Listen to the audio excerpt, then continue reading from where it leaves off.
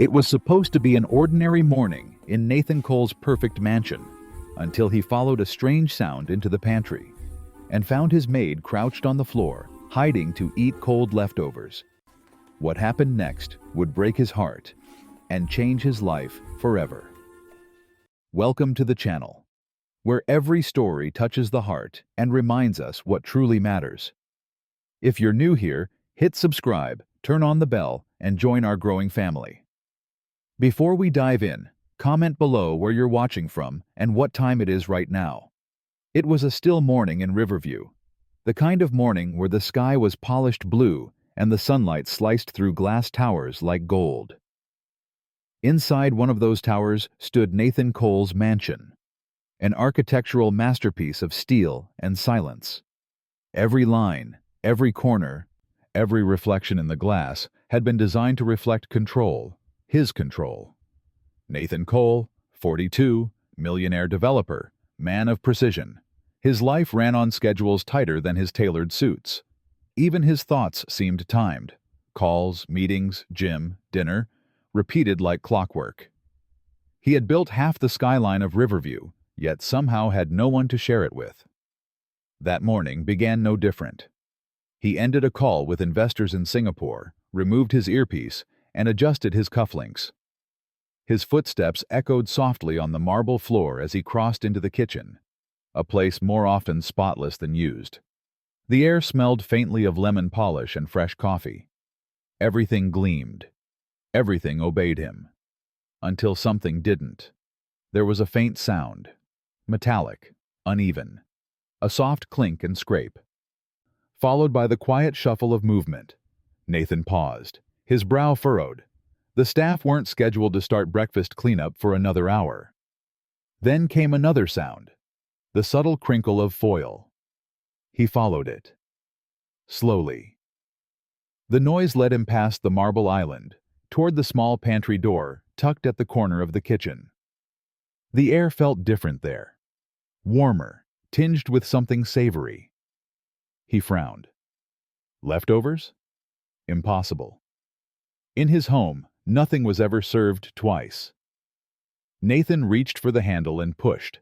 The door swung open with a soft creak. And then, everything stopped.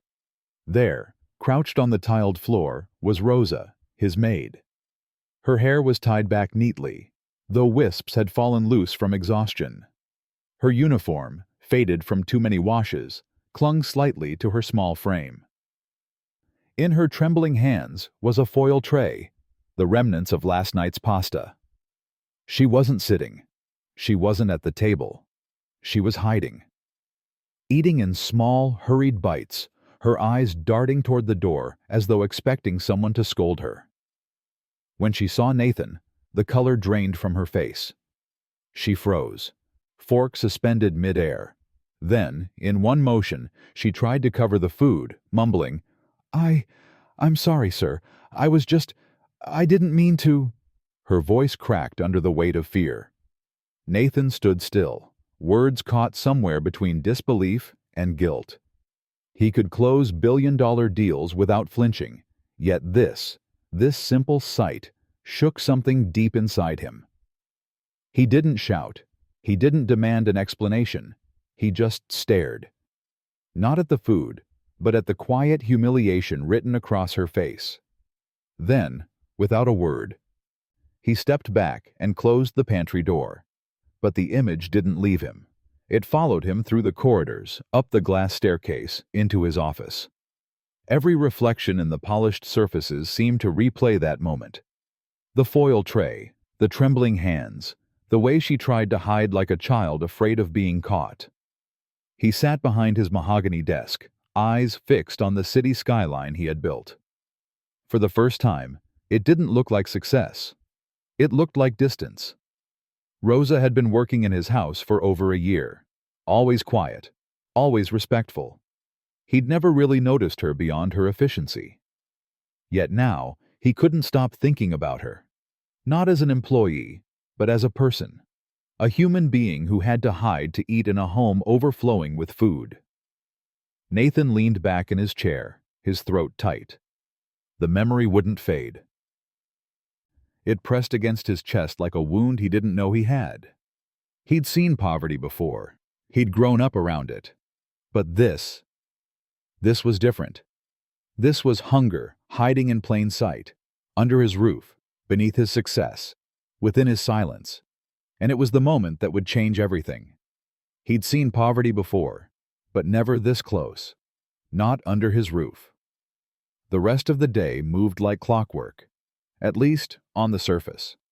Nathan attended his meetings, answered his calls, and signed off reports. His voice was as steady as ever, his posture as confident. But beneath the polish, something inside him had cracked. Every sound felt sharper than usual. The click of his pen, the hum of his office air purifier. Even the ticking of the wall clock seemed louder, almost accusatory. By the time evening came, Nathan found himself at the dining table, a long slab of oak set for one. The chef had prepared his usual, grilled salmon, asparagus, and a small bowl of quinoa. Everything was perfect, as always. Yet he couldn't eat. Each bite tasted wrong. The salmon, too soft. The air, too heavy. He stared at the food, untouched, and all he could see was Rosa, crouched behind that pantry door, eating leftovers like they were a secret. He set down his fork. The memory wouldn't let him go. As he sat in the dim light of the dining room, another image rose uninvited. His mother. He remembered her hands, cracked and rough from scrubbing office floors when he was a boy. He remembered the way she'd smile through exhaustion, saying, "Someday, you'll never have to work this hard, Nate." She used to bring home half-eaten sandwiches from the places she cleaned. Sometimes, she'd split one in half and hand him the bigger piece. He hadn't thought about that in years. Now, the memory burned. He pushed away his plate. His appetite was gone. His certainty, gone too. Hours later, the mansion had gone silent. The staff had retreated to their quarters, and the city lights flickered outside like distant fireflies. Nathan walked aimlessly through the hallways, the soft click of his shoes echoing against the marble floors. Something drew him toward the kitchen again, the same place where the day had started breaking him apart. When he reached the doorway, he stopped. The room was empty. The counters gleamed. The air smelled faintly of disinfectant. No sounds, no movement, no Rosa, just silence, vast and echoing. He leaned against the doorframe, eyes tracing the pantry door. He half expected her to be there again, crouched quietly, trying to make herself invisible. But the emptiness hurt more than the memory. Why did she have to hide? He whispered it under his breath, as if the kitchen itself could answer. He thought of all the times he'd walked past her, the polite, "Good morning, sir," and his curt nods. He never asked about her life, never wondered if she ate, if she slept well, if she was okay. She was just part of the system, a name on the payroll. But now he couldn't stop wondering. The next morning, before the house stirred, Nathan sat at his office desk and opened the digital staff logs. He found Rosa's profile. Rosa Alvarez, 32. Hired 14 months ago. Excellent performance record. Rarely requests time off. It said nothing about who she was, only what she did. So he called for Mrs. Grant, the head housekeeper, a woman who'd served him for over a decade. "Mrs. Grant," he began, trying to sound casual. "Tell me, what do you know about Rosa?" Mrs. Grant blinked, surprised. "Rosa, sir? She's one of our best. Quiet, keeps to herself. Sends most of her pay back home." "Back home?" he asked. "Yes, sir. To her mother and 2 little ones. Her mother's sick, from what I understand. Hospital bills, school fees. Rosa tries to manage it all. I've caught her skipping lunch sometimes, saying she's not hungry, but I know what that means." Nathan sat back, words caught in his throat. He'd assumed she was fine, paid decently, housed comfortably, treated fairly. But fairness, he realized, had been his disguise, a way to justify never truly caring. As Mrs. Grant left, the silence filled the room again. Only this time, it wasn't peaceful. It was heavy, like judgment. He stared out the window at the skyline he'd built, the city that worshipped his success. He thought he'd done everything right. But now, for the first time, he saw how wrong he'd been. He thought he paid fair wages, but fairness without understanding was just indifference in disguise. The night stretched long, sleepless, and heavy.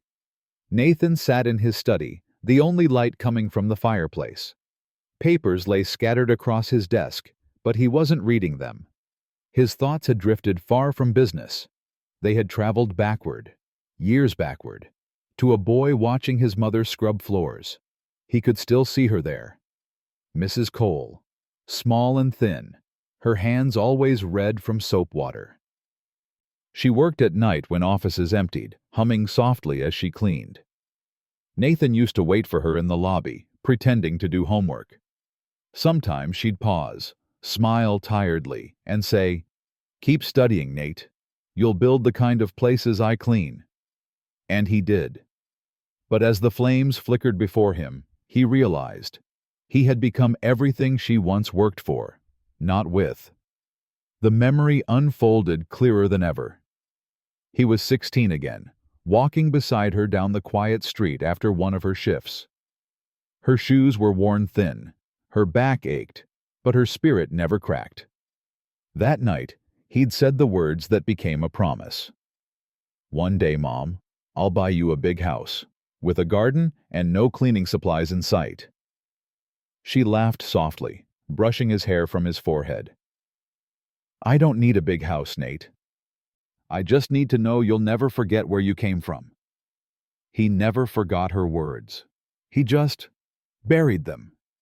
Years later, when success came, when the contracts piled up and his first million hit his account, he remembered that promise. He bought the house, a beautiful one by the river, white walls, wide windows, and roses along the fence.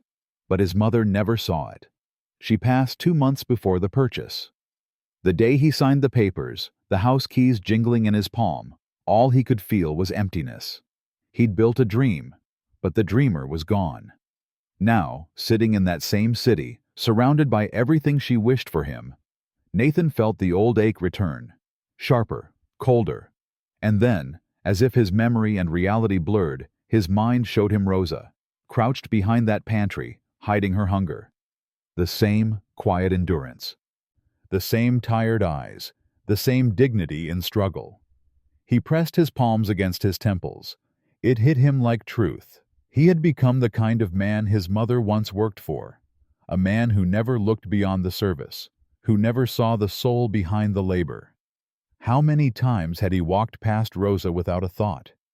How many people had he paid, not cared for? He'd built towers that touched the sky but ignored the hearts that held them up. The thought suffocated him. He rose and walked toward the window.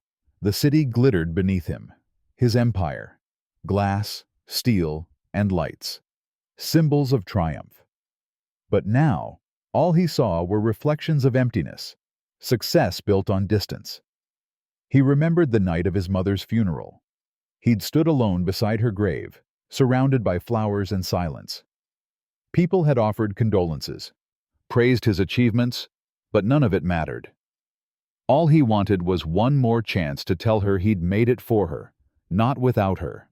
And tonight, looking out at the skyline, he finally understood what she meant. He'd conquered the world, yes, but in doing so, he'd lost touch with the very thing that gave him the strength to begin. Compassion. Humanity. The heart behind every hard-earned dollar. His eyes softened as he whispered into the dark, almost to her spirit, almost to himself. "I forgot, Mom, but I'll remember now." And as the words left his lips, something shifted inside him. Small, but real. The beginning of a man remembering what it means to feel. He had conquered the world, but forgotten the very heart that made him human. The following days moved slowly, wrapped in a strange quiet that Nathan couldn't shake off. He went about his routine, meetings, calls, deadlines. Yet something in him had changed. His eyes, once fixed only on results, had begun to notice the spaces between actions. Mostly, they noticed Rosa. She moved through the mansion like a shadow, soft-footed, efficient, invisible. Her uniform was always neat, her hair tied back in a bun, her expression calm. But Nathan saw what others didn't.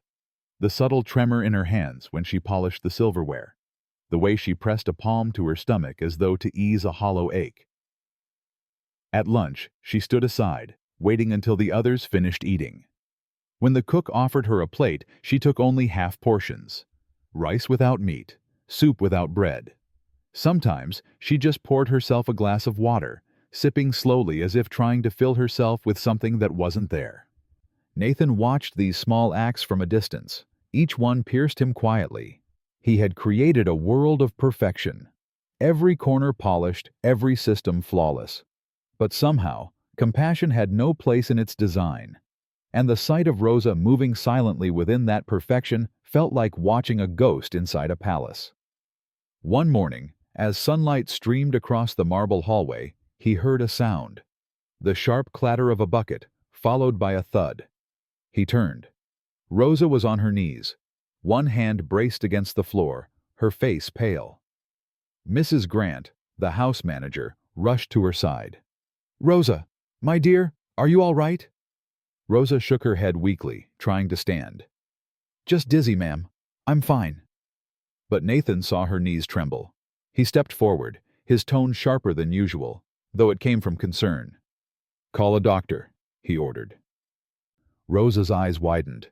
"No, please, sir, I'm all right." "You fainted." "It's nothing, just didn't eat much breakfast." Her voice broke on the last word, barely a whisper. "Please don't make trouble for me." The plea hit him harder than any accusation could. Trouble? For being hungry? He exhaled, steadying himself. "You're not in trouble," he said softly. But she wouldn't meet his eyes. She only bowed her head and murmured again, "Thank you, sir. I'll be fine." Nathan didn't argue. He watched as Mrs. Grant guided her to the kitchen to rest, and for the rest of the day, he couldn't focus on anything else. That evening, long after the staff had gone to their quarters, Nathan sat alone in his office. The room was lined with trophies, awards for innovation, plaques of recognition, architectural models of luxury estates that glittered under the soft lamplight. He stared at them in silence. Once, these had been his pride, the visible proof of everything he'd achieved. But tonight, they looked meaningless, like ornaments on a grave. He leaned back in his chair, closing his eyes. In his mind, Rosa's faint whisper echoed again. "Please don't make trouble for me." His mother used to say something similar whenever she was sick. "Don't worry, Nate. Just tired. Don't make a fuss." She had worked through fever, through hunger, through pain, because there was no room in her world for weakness. Now, he saw that same quiet endurance in Rosa, the same dignity wrapped in exhaustion, the same silence born not of peace, but of survival.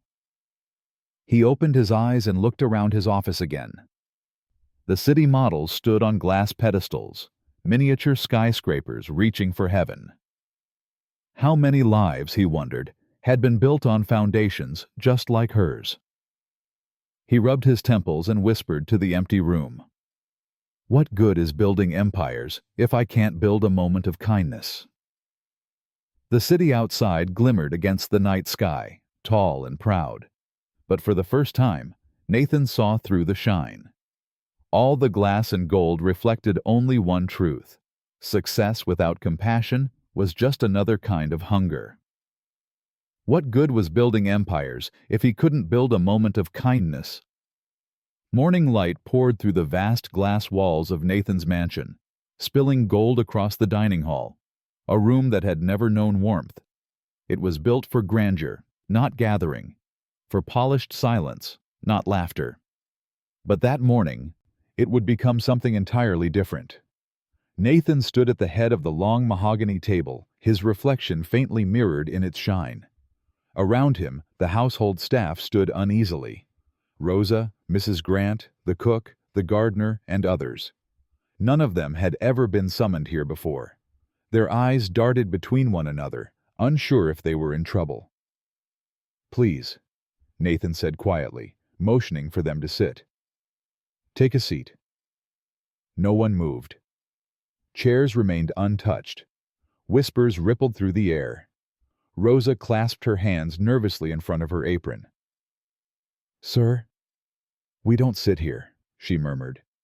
"This room is for people," Nathan interrupted softly. "And that's exactly who you are." The words hung there, simple yet heavy. He took a deep breath. His voice was calm, but carried a gravity that made every head turn.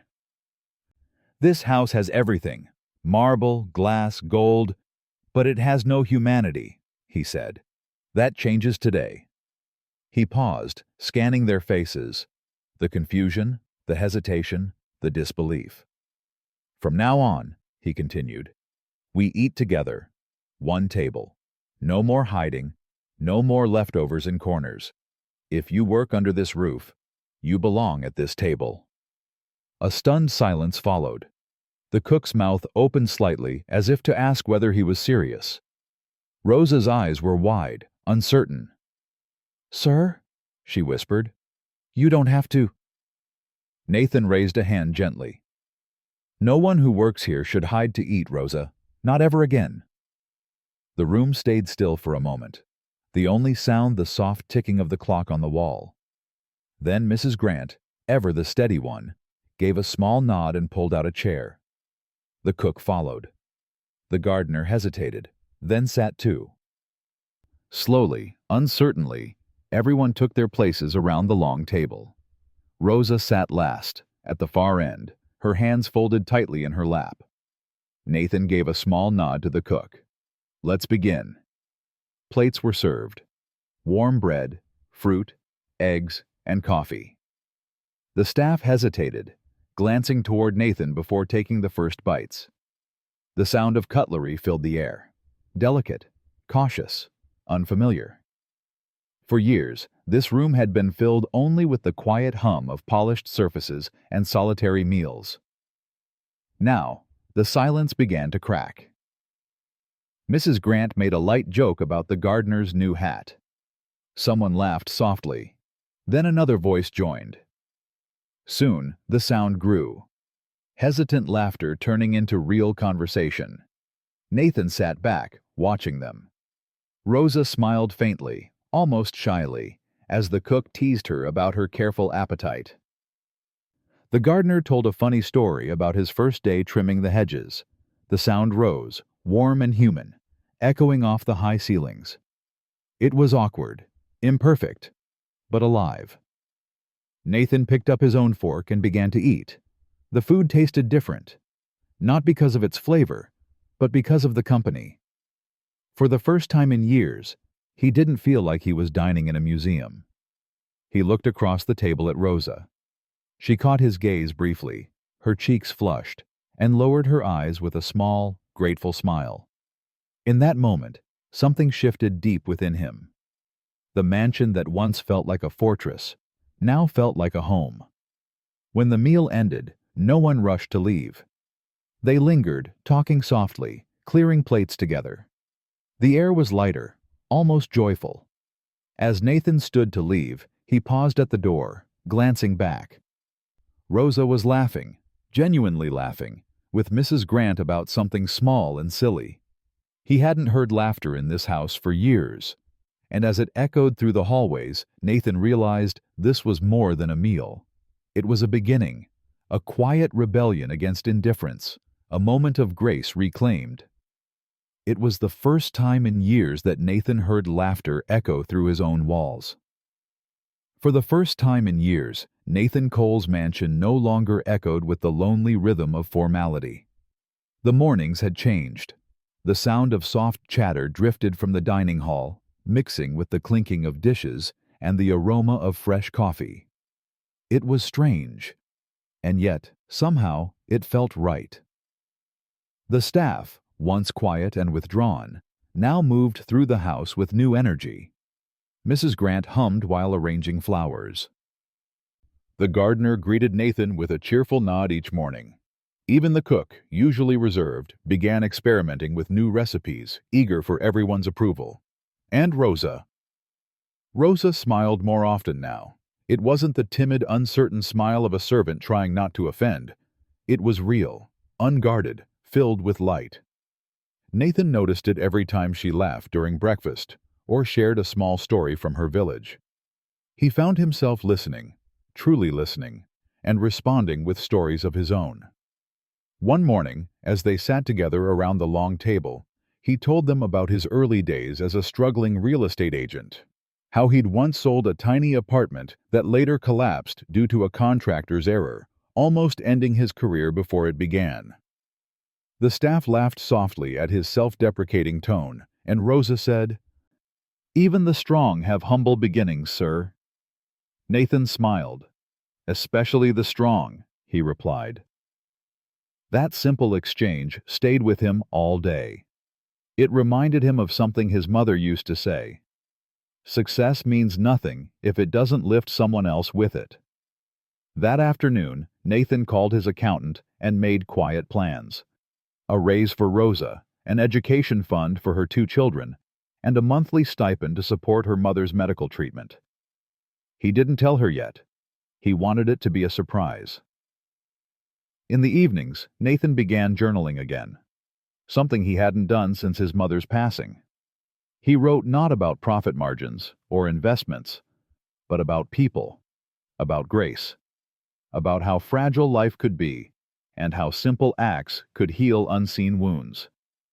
That night, he penned a line that felt truer than anything he'd ever written. "Kindness is the one investment that always multiplies." He closed the journal, feeling a quiet peace settle over him. For the first time in years, his heart wasn't weighed down by deals, deadlines, or the pressure to prove himself. The next few days passed gently. The house glowed not from its chandeliers, but from the laughter that now filled its rooms. Nathan began waking earlier just to join the staff for breakfast. He found joy in their stories. The cook's childhood mischief, the gardener's failed tomato experiment, Rosa's tales of her children's letters filled with misspelled dreams and doodled hearts. He didn't realize how much he had missed this: connection, belonging, family. But peace, as he would learn, can be delicate, as fleeting as the morning mist that vanishes when the sun climbs too high. That Thursday evening, as they finished dinner, Nathan noticed Rosa looked unusually pale. Her hands trembled slightly as she cleared the plates. "Are you all right?" he asked gently. She smiled weakly.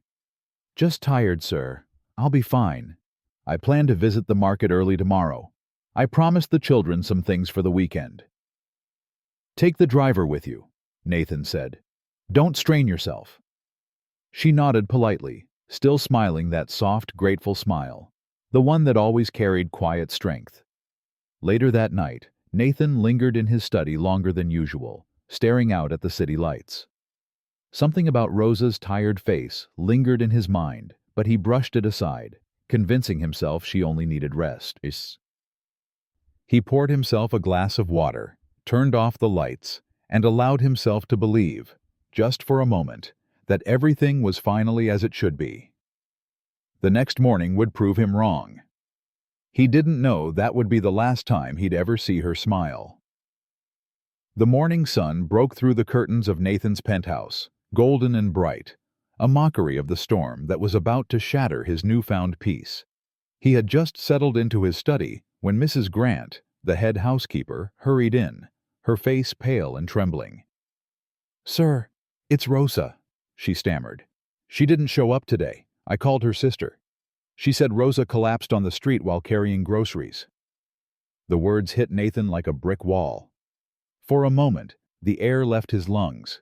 He didn't wait to hear more. He grabbed his coat and ran out, the sound of his shoes echoing down the marble hallway like thunder in an empty palace. The city outside was awake and busy, but Nathan saw none of it. His mind replayed Rosa's gentle smile, the way she'd quietly served at the breakfast table just yesterday. Her soft voice saying, "I'll visit the market tomorrow, sir." Now, she was fighting for her life. The hospital smelled of antiseptic and sorrow. Nathan pushed through the doors, his heart hammering, until he saw her, Rosa, lying on a bed surrounded by machines that beeped rhythmically, as if mocking the fragility of human breath. Her face was pale, lips dry, eyes half open. The strong, humble woman who had once stood tall despite her poverty now looked like a whisper fading in the wind. In her weak hand, she clutched something tightly. Nathan gently pried it open. A crumpled note. Stained and trembling. It was a list, scrawled in small, shaky handwriting. Notebooks, pencils, school shoes, size 3. Rice, soap. It wasn't a will or a farewell letter. Just the quiet dreams of a mother who had been carrying too much for too long. Nathan's throat tightened. "Rosa," he whispered, his voice breaking. Her eyelids fluttered, and she tried to speak. The sound that came out was fragile, almost voiceless, a dry whisper that carried a lifetime of gratitude and pain. I didn't want to trouble anyone, sir. Just wanted my children to study." Her words tore him apart. Nathan knelt beside her, taking her hand in his. "No, Rosa," he said softly, tears welling in his eyes. "You've never been a burden. You've carried this whole house with your strength. I should have seen you sooner. I should have done more." Her eyes glistened with tears. A faint smile touched her lips, as if forgiving him without words. And then, silence. The beeping of the monitor slowed, then stopped. The flat line on the screen was a dagger in the air. Nathan froze, his mind unable to accept what he was seeing. A nurse rushed in, calling for the doctor, but he already knew. Rosa was gone. Nathan stood there, unmoving.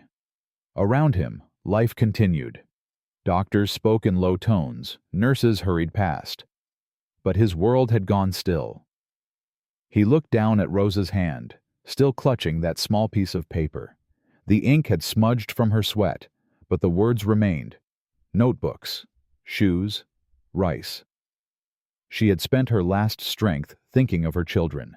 Nathan felt something deep within him crack, the final wall that had kept him safe from feeling too much. He remembered his mother's tired hands, her laughter, her sacrifices, and now, Rosa, another woman whose worth the world would only see after she was gone. He whispered, almost to himself, "You deserved better, Rosa. You deserved rest, not exhaustion. You deserved thanks, not silence." Tears spilled freely down his cheeks. For the first time in years, Nathan, the billionaire, the builder of empires, wept not for loss of money or success, but for the loss of humanity. He pressed the note to his chest as if it carried her heartbeat. "I promise," he murmured. "Your children will never want again. That's my word." As he walked out of the hospital, the world outside felt quieter, duller. The city lights looked dim. The man who once measured life in profits now understood that true wealth was measured in kindness. That night, Nathan sat in his study again. But this time, he didn't look at his trophies or city models. He opened his journal and wrote slowly, carefully. "She taught me that the smallest act of kindness can save a soul. But sometimes we realize it only after the soul is gone." And then, under those words, he wrote Rosa's name. He closed the book, leaned back, and whispered to the empty room, "Rest now, Rosa. You've done enough." The machines beeped softly, and then the sound stopped. If this story touched your heart, share it. Somewhere out there, a Rosa still hides her hunger behind a quiet smile. Let kindness find her before it's too late. The day of Rosa's funeral was gray, the kind of gray that sinks into the soul and stays there. The sky hung low, heavy with clouds that threatened rain, as Nathan's black car pulled into the small, crowded churchyard. It wasn't the kind of place he was used to. No marble floors, no chandeliers, just worn wooden benches, faded hymn books, and people dressed in modest clothes. Workers, neighbors, and old friends filled the space, their eyes red with sorrow. It wasn't grandeur that defined this moment. It was love. Nathan stood near the back at first, uncertain if he even belonged there. He was used to boardrooms and power, not funerals where the air itself felt like grief. Yet when his eyes fell on the small wooden casket at the front, surrounded by wildflowers and a single framed photograph of Rosa smiling faintly, something inside him broke all over again. He moved forward slowly, ignoring the murmurs around him. Rosa's sister, Maria, spotted him and stepped closer, clutching a handkerchief. "You must be Mr. Hale," she said quietly. "Rosa always spoke kindly of you. She said you were fair." Fair. The word hit him like a cold wind. Fair wasn't enough. Fair didn't feed her children or save her from exhaustion. Nathan lowered his head. "I should have been more than fair," he said softly. "I should have been human." Maria nodded, her eyes filling with tears. She didn't want pity. She just wanted her children to have a chance. At the back of the church, two small figures stood close together, a girl and a boy, no older than 10 and 8. Lena and Mateo. Rosa's children. Nathan's chest tightened as he approached them. Lena clung to her brother's hand, her eyes wide, her face streaked with tears she didn't fully understand. She reminded him of himself at that age. The same guarded innocence, the same hunger for safety. He knelt down so they were eye level. "Your mother was a good woman," he said, his voice trembling. "She worked hard. She made the world better just by being in it." Lena looked up at him, her voice small but steady. "Mama said, you gave her food. She said that day she wasn't hungry anymore." Nathan swallowed hard. "She gave me more than I ever gave her," he whispered. After the service, the mourners followed the coffin to the small cemetery behind the church. Rain began to fall, light at first, then steadier, washing over the graves like a blessing. Nathan stood there, his umbrella forgotten, his expensive suit soaked through. He didn't care. He needed to feel it. The weight, the loss, the truth.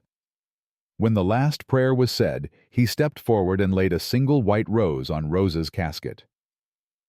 "You carried the world in silence," he murmured. "Now rest, Rosa. I'll carry the rest from here." He turned to Maria, who stood beside the children, shivering under a thin coat. "I'd like to help," Nathan said quietly, "with their schooling, their future, whatever they need." Maria hesitated, her lips trembling. "That's very kind of you, sir. But are you sure?" Nathan nodded, his voice firm for the first time that day. "I couldn't save Rosa, but I can honor her. Lena and Mateo will never go hungry again. I'll see to that." As he spoke, the children looked up at him. Not with fear, but with a quiet trust that warmed the cold, wet air. Something changed in that moment. The man who once measured his worth in millions now found value in a promise that would outlive his wealth, his buildings, even his name. When the funeral ended and the mourners drifted away, Nathan remained a while longer, standing beneath the rain. He felt the earth beneath his feet, heavy but real, and whispered one final time, "Thank you for reminding me what matters." He had lost an employee, but found a purpose. The seasons turned, and with them, so did Nathan Cole's heart. Months had passed since Rosa's funeral, yet her memory never left the marble halls of his mansion. It lingered like the scent of rain after a storm. Every corner whispered her name. Every quiet morning reminded him of the day he found her, hidden behind the pantry, eating leftovers in silence. But now, the mansion didn't echo with loneliness anymore. It was alive again, with footsteps, laughter, and purpose. On a bright spring morning, The gates of what was once known as the Cole Estate opened to the public for the first time. Reporters gathered outside, curious about the reclusive millionaire's sudden transformation. The brass plaque beside the gate read, "The Rosa Foundation, for Dignity, Hope, and Home." Inside, the scene was unlike anything Nathan could have imagined months before. The vast marble floors that once reflected only his solitude now bore the footprints of children running, their laughter filling the air. In the grand dining hall, the same place where he had once eaten alone, a long oak table stretched from one end to the other, surrounded by people of all kinds: cooks, cleaners, children, widows, and volunteers. It was noon, and lunch was about to begin. Nathan stood at the head of the table, no longer the untouchable man in a tailored suit, but a leader who had learned humility the hardest way. His sleeves were rolled up, and a faint smile touched his lips as he looked around. A woman ladled soup into bowls, and Nathan took one from her hand, setting it in front of a young boy with messy hair. "Eat well, kiddo," he said. The boy grinned shyly, his eyes lighting up. On the wall behind them hung a large framed quote, etched in simple black letters. "She didn't ask for pity. She only needed a plate at the table." Every visitor who walked through those doors stopped to read it. For Nathan, it was not just a reminder. It was a promise carved in stone. The Rosa Foundation had become more than an organization. It was a movement. What started as one man's guilt had transformed into a legacy of care. The foundation now provided food programs for domestic workers struggling to feed their families, education sponsorships for children like Lena and Mateo, who now attended school with bright uniforms and brighter smiles, healthcare assistance for workers often forgotten by the system. Nathan made sure no one in his care would ever have to hide to eat again. At every meal, he joined them. No head table, no separation. Just people, sharing food and stories. And in those simple moments, Nathan discovered a peace money could never buy. After lunch, he often took quiet walks through the new community center adjacent to his mansion. The walls were painted warm colors, decorated with drawings by children whose lives the foundation had touched. One corner held Rosa's portrait, captured from an old photograph Maria had given him. In it, Rosa's shy smile seemed to watch over them all. Sometimes Nathan would pause before it, whispering, "You're still here, Rosa. In every plate, in every laugh, in every life." Maria now managed one of the foundation's programs, ensuring other women like her sister received fair wages and respect. She had become a pillar of strength, a living reminder that compassion could grow from tragedy. One afternoon, Nathan sat in his office, no longer cluttered with contracts or city models, but filled with letters. Handwritten notes from people who had received help through the foundation. One read, "Sir, I used to work as a maid and often skipped meals so my kids could eat. Now, because of the Rosa Foundation, my daughter wants to be a doctor. Thank you for giving us hope." Nathan smiled, holding the letter against his chest for a moment. Hope. That was the real currency of life. Later that evening, he joined the staff outside in the garden. The air was golden with sunset, and children ran between rows of flowers, their laughter echoing across the courtyard. Lena and Mateo were there too, playing tag with other kids. Nathan sat on a bench, watching them. For the first time in years, he didn't feel the ache of loneliness. Instead, he felt the quiet satisfaction of a man who had finally learned to live, not through wealth, but through giving. As the children gathered around the outdoor table for dinner, Nathan picked up a plate, served himself a modest portion, and sat among them. The sight made him smile. A table once meant for power now became a symbol of equality and love. He lifted his glass of water slightly, as if to make a toast, and whispered to no one in particular, This is what real wealth feels like." The last light of the day bathed the foundation in a warm glow. Music played softly in the background, and a breeze carried laughter across the open courtyard. The once cold mansion was now filled with life. not the kind built from success, but from second chances. Before leaving that night, Nathan stood by Rosa's framed photo once more. "You taught me what no fortune ever could," he said. "That true richness isn't what we own. It's what we give to others in their moments of hidden hunger." He turned off the lights and walked out, the echo of laughter following him into the night. True richness is not what we own. It's what we give to others in their moments of hidden hunger.